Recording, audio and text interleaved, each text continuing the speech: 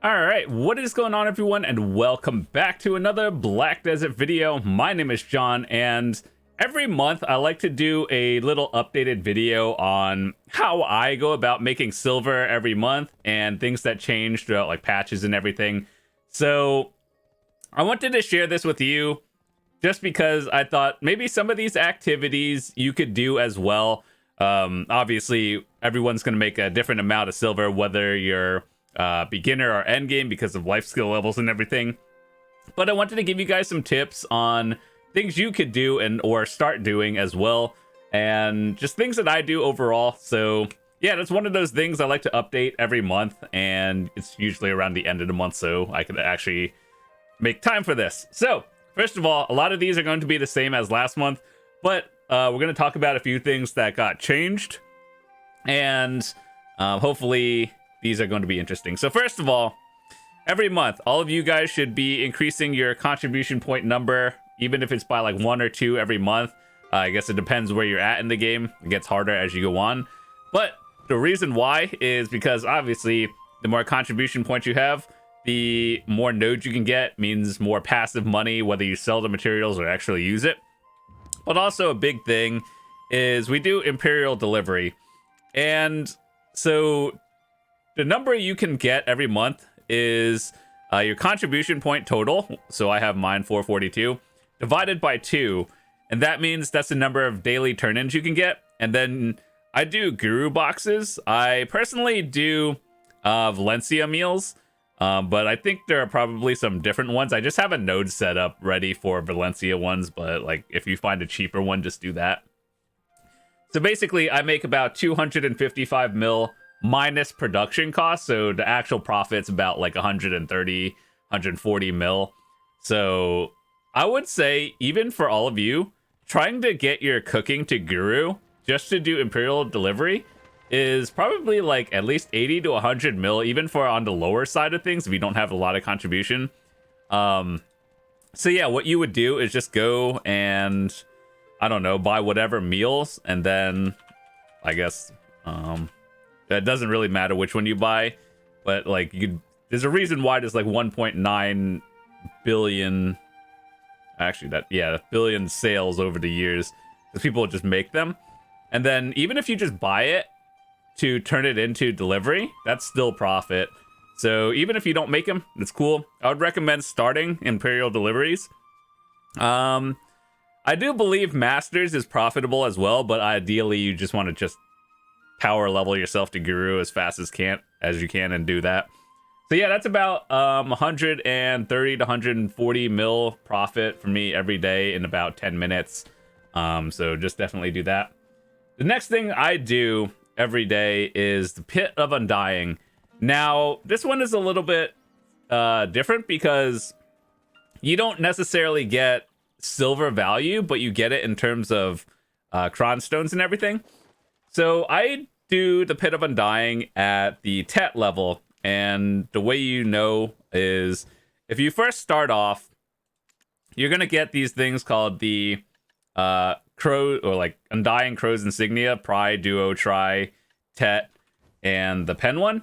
The combat XP you get is like 5 to 30%. It's not really that important.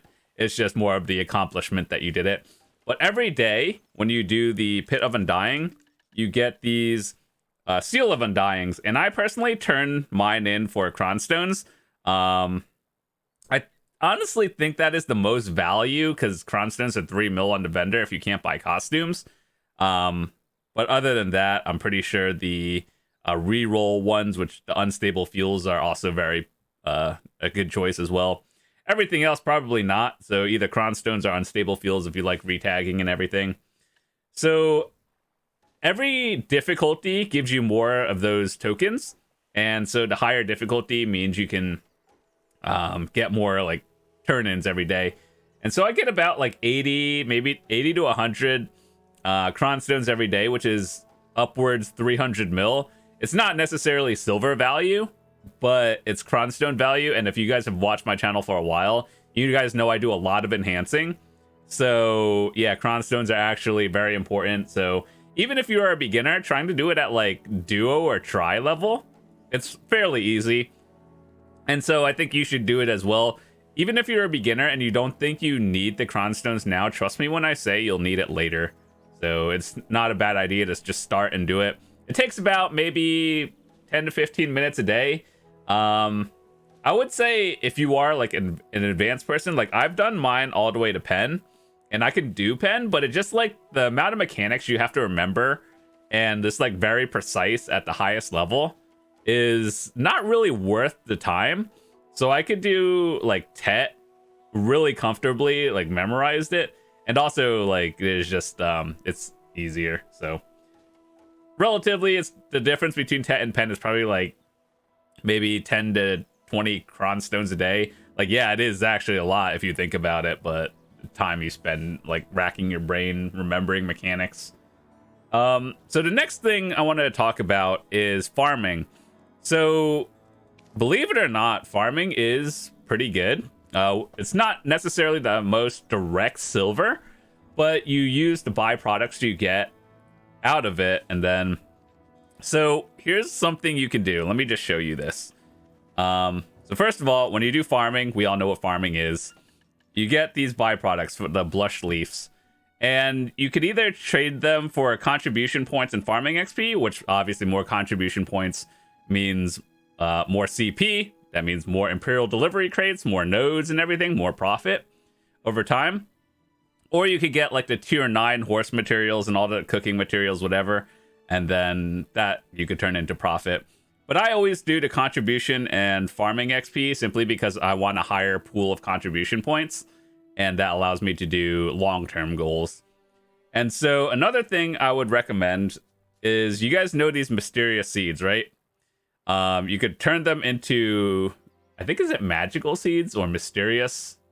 One of those two. But what you do with those is you take the one that you like need a lot of these fruits for. So anyone who does alchemy, you know that these are used for a lot of different things, whether it's elixirs or various other alchemy crafting. And so especially if you do like any horse training or anything, you need the horse fruit of enchantments for like tier 10s. Or if you're making accessories like Monos, you need, or I don't think it's Monos, but it's something else. You need some other ones for other materials.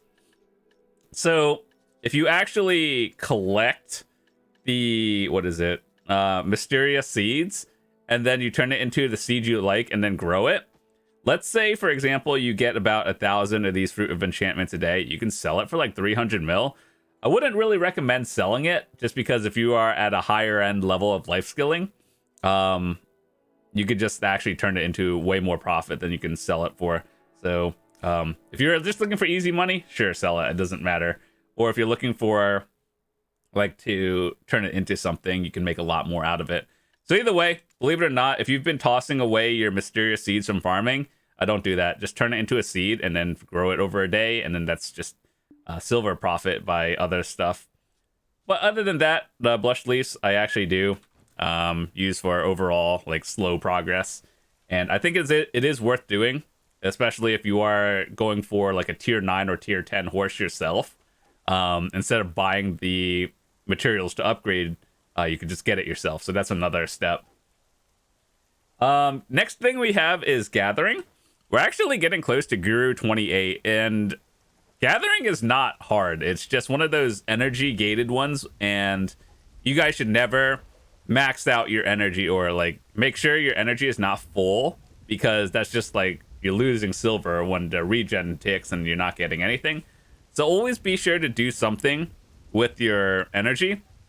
And some tips for all of you, if you don't actually life skill a lot, is I would start investing them into nodes. And here's one tip I can give you. So, for example, this is actually a real thing. I've been grinding in the Ulakita area a lot, Tungrad ruins and everything, for the telescope pieces, which were actually 2 out of 3 telescope pieces. We're still grinding for the 3rd one. But what you could do is invest in nodes for a drop rate. And a lot of people actually ask me this. And here's something I wanted to show you. It's not really a secret or anything. It's just one thing that people don't, it's not like obvious. Is, let's say you want to grind in an area, right? And you don't know what node to invest in. you just like hover over the like any other spot. It'll say connected node, like right there. And you could see what node you need to invest in to get the item drop rate. So yeah, like, and then you see how it's like glowing gold and then this one is not glowing. It means you have the level of node connected. But like when it's glowing, you have it connected. But if it's not glowing, you don't have the node connected, but it's just like level 20 or whatever, right? So yeah, just hover over whatever node you want, like this little icon over here, and it'll tell you what node it is. So I know I've gotten a lot of questions for various things like Histria, because there used to not be a node for Akhman in Histria. Now it is. It's Pilgrim Sanctum Obedience, and I know this because I grinded so many hours here. Pilgrim Sanctum Obedience is right here, and the one for Akhman is Ankado Coast over here. The more you know. So yeah, when we do a lot of gathering, I guess it depends what you do. As we all know, cooking is one of the most profitable life skills next to gathering, but they kind of work together. You have to gather the materials and then to cook it for profit. So yeah, gathering is very profitable, and especially if you have done the Land in the Morning Light. What is that quest where it gives you the green thumb gathering? So anyway, you want to do that, and then before, for me to dump about like 550 energy would take me about an hour and 15, an hour and 20 minutes. And then with the mini game add-on that you can get from the quest line, it takes me about like 40 minutes. So it's actually a huge time save when you play the mini game, and the like amount of materials you get is relatively equal. So it's not like you're not losing anything. So it's worth using. So in terms of grinding, for me, obviously it's going to be different for everyone else. Like you grind a spot that you can actually grind, or the one that you just enjoy doing. One thing a lot of people have asked me is like, oh, where should I grind? And the real answer is just look at the thing over here, and then you could sort by AP, and then whatever your grind spot you have. I'll also leave a link in the description to a video that I made, like the best spots for XP, or best spots to grind for silver, or with Agris. I looked at every single spot. I've grinded, I would say, about like 99% of the spots over the years, and I can give you pretty accurate information on what spots are good for which. So if you want to watch that, just check the link in the description. But ultimately, like, just grind the spots you enjoy grinding. Even if it's not the most silver an hour, if you're enjoying it, it's not going to feel like a grind. Trust me when I say that. Like, once I finish the telescope, I'm going back to the places I enjoy grinding. And yeah, so admittedly, grinding is most of your silver, even if you do like an hour a day, just because straight up grinding is more silver than everything else. But so far, if we talked about the things we've already done, we're probably up into the few billions. Well, obviously grinding is most of it, but next thing I do is Land in the Morning Light bosses. And one thing they changed last week was you can actually teleport to all these bosses directly. You don't even have to have a character in Land in the Morning Light. The one thing I would change is, like, you know how if you fail a boss, you have an option to retry or just return back to where you are. I wish you were allowed to use like buffs, and you were allowed to turn on your fairy and everything while you were in mid-fight, simply because for all of us who are trying like the higher Calamity 7s or something, like you really do need buffs for these. And it's like, if you're doing anything under 5, it's not really a big deal unless you're like going for time. But like if you're just going for your weekly clear, all you really need is like a food buff and maybe your Alkstone. It's not really a big deal. But for all of us who are pushing the higher like difficulties for rewards, it is something that I think is important. You should be able to like turn on your fairy and auto elixir and everything mid-fight. So yeah, that's one thing I would change. So if you're doing the retry option, just add that extra quality of life. It'd be really good. So, yeah, they've made bossing easier now, and I think it is actually worth doing. So, admittedly, a lot of the rewards, it's kind of garbage. So, to give you an example, um, here are like a lot of the rewards I get. These are the elixirs I use. I have another video on just all the elixirs, so if you want to watch that, cool. But the most part, like, you're gonna get a lot of embers, and don't make this mistake. So these embers sell for 1 million silver, right? So like if you take 500 of them, you could sell it for 500 mil to the vendor, or you could turn it into the thing where you make the dawn gloves. And so I want to show you something that people make a mistake of. So you see how people are selling it for 500 mil right here, right? Unless you get the direct flame from a drop, it's not worth combining it to sell on the market, because you're going to be losing the 500 mil in tax, and so you're making less. So if you're combining the 500, you're better off literally just selling it to the NPC or the vendor, because there's no tax. So you're going to get a straight 500, but for all these people who are making it to sell, you're literally just lighting silver on fire. Just by the way, I hope you know that. If you don't, now you do. So yeah, good tip. If you are looking to buy it, obviously you want to buy it at the lowest price. But if you're selling it, sell it to the vendor. The next thing I do is a little bit of hunting. Admittedly, I don't do a lot of it anymore, but I have a character down in the Narcion area for hunting. And I think this is actually profitable, because if you enjoy gathering, hunting is basically gathering with a few extra steps. But what makes it profitable is that you get a large variety of materials, and like especially hunting exclusive ones. So for all of you who have never done hunting, the reason why it's profitable is because you get like the rarer meat drops or materials there as well. Plus, for anyone who has never done a lot of the like taxidermy whatever things, what you do with them is you put them in your house, and it gives you various buffs. For anyone who does grinding, let me show you what it looks like. It is very profitable to actually craft them and use them, especially if you're grinding. So like, you know how for all the anniversaries and birthdays they give you all these cakes, right? And then it gives you like all these buffs right here. So what you would do is, if you do hunting, you make the like stuffed things and you put them in your house, and then you get like various like stat buffs for when you're grinding for like an hour or two. And it is actually very profitable if you know what you're doing. And so I do think hunting is very profitable, and it's, you know, if you like gathering, you'll like hunting. It's just a little bit of extra step. And I do think that it does require a little bit of a startup as well, because if you're going in at like beginner 1, you could do it, but you ideally want like the higher end matchlocks and, you know, like some hunting gear. So I have a video of how to do it from beginner 1, and it's on the channel, or just search up like BDO hunting beginner 1 do guru and search up my name and you'll find the video.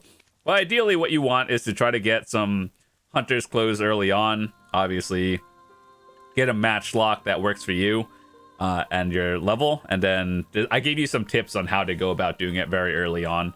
So yeah, I even showed you from beginner 1 of how I did it. So I think it's a good thing if you're looking into getting into hunting one day. The next things I want to talk about are a little bit more on the PvP sides. And I understand not everyone's a PvPer, but here are a few things you can do. So first of all, the red battlefield is something you can do.